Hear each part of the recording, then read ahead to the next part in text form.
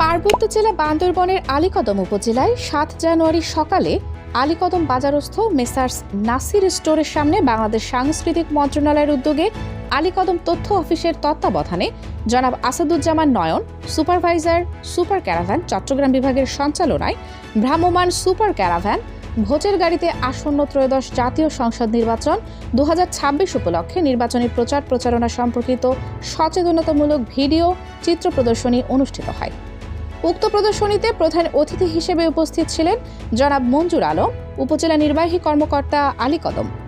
দেশ দর্পণ নিউজ, দেশের সাধারণ জনগণের সংবাদ মাধ্যম। আপনার সংবাদ এবং বিজ্ঞাপন প্রচারের জন্য যোগাযোগ করুন স্ক্রিনে দেখানো হোয়াটসঅ্যাপ নম্বরে। অন্যান্যের মধ্যে আরও উপস্থিত ছিলেন জনাব মোহাম্মদ আব্দুস সালাম, এসআই আলীকদম থানা, জনাব Mohammad Shahidul, data entry operator, উপজেলা নির্বাচন অফিসের প্রতিনিধি, জনাব মিন্টু কান্তি রয়, ভারপ্রাপ্ত কর্মকর্তা আলীকদম উপজেলা আনসার ও ভিডিপি।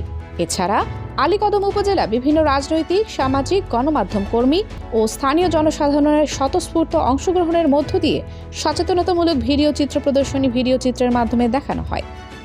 আলীকদম উপজেলা নির্বাচনী সচেতনতামূলক আলোকচিত্র প্রদর্শনী অনুষ্ঠানে ভ্রাম্যমাণ সুপার ক্যারাভ্যান ভোটের গাড়িতে প্রজেক্টর প্রদর্শনীর মাধ্যমে আসন্ন ত্রয়োদশ জাতীয় সংসদ ২০২৬ নির্বাচন উপলক্ষে পোস্টাল ভোট ও গণভোট সম্পর্কিত ক্যারাভ্যান গাড়িতে সংযুক্ত বড় পর্দায় প্রদর্শনী করে নির্বাচনের সার্বিক বিষয়ে সম্যক ধারণা প্রদান করা হয়।